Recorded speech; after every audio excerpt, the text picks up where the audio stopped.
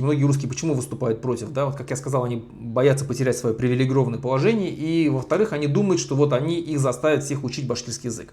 Никто вас, 40-летних, 50-летних, не будет заставлять учить башкирский язык. Нет, вы как жили и разговаривали на своем русском языке в своем кругу общения, так и будете разговаривать. Плюс еще раз, как я сказал, 35 лет, в течение 35 лет русский язык будет языком официальным в Республике Башкортостан.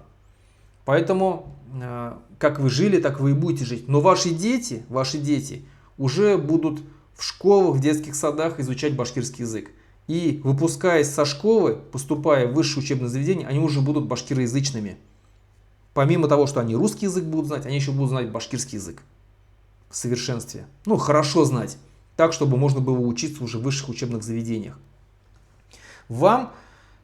Вы уже смотрите сами, нужен вам башкирский язык или не нужен, но вы должны понимать, что постепенно все сферы жизнедеятельности в Республике Башкортостан будут переходить на башкирский язык.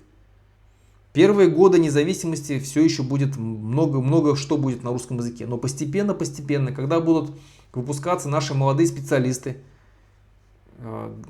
которые будут получать образование на башкирском языке, медики, юристы, экономисты, инженеры и так далее, они постепенно будут приходить на работу, и башкирский язык будет все больше и больше внедряться